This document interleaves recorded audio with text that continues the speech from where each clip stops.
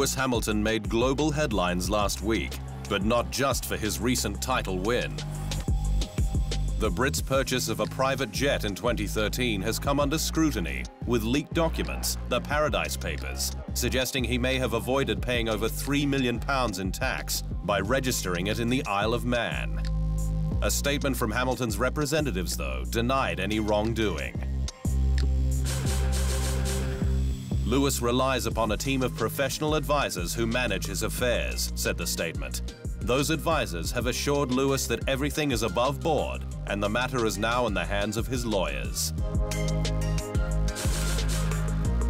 Hamilton himself said the reports didn't distract him ahead of the Brazilian GP and his core values are intact. Tyre supplier Pirelli is going radical in 2018, following a conservative campaign this year to ensure its rubber stood up to F1's faster and more furious cars. The Italian firm has said that it's likely to produce between 5 to 8 different compounds to provide greater strategic flexibility.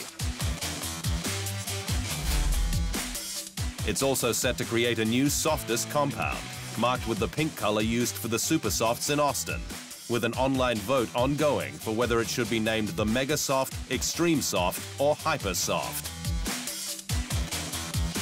Pirelli hopes the changes will allow the teams to be more aggressive on strategy, with the entire range going one step softer for more performance. All 10 teams are set to sample the tyres at the Abu Dhabi post-season test, with Williams rumoured to be running comeback hopeful Robert Kubica. Ferrari's dismal second half of the season cost them their chance at a World Championship in 2017. And it only has itself to blame, says President Sergio Marchionne.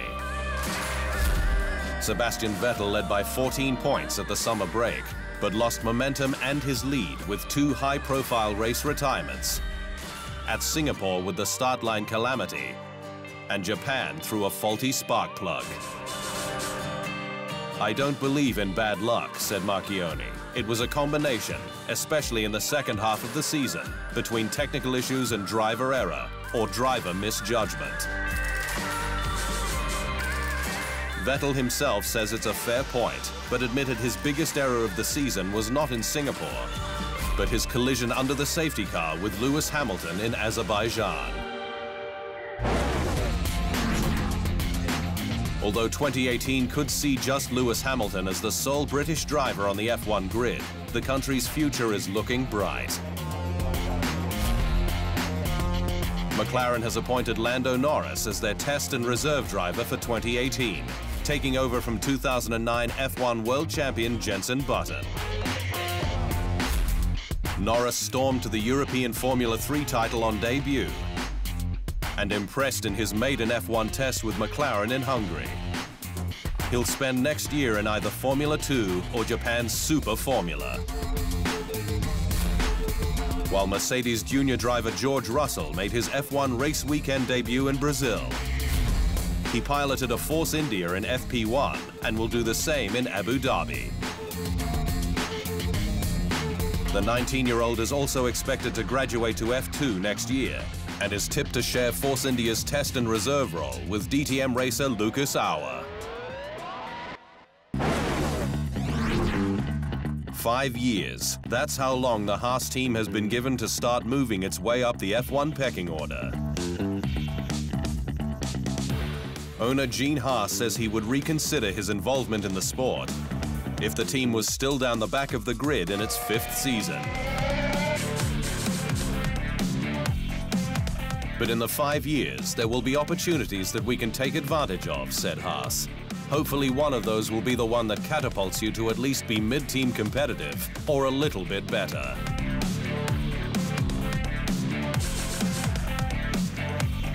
Haas finished its debut season 8th in the Constructors' title and is in the thick of the battle for 6th place in its 2nd year.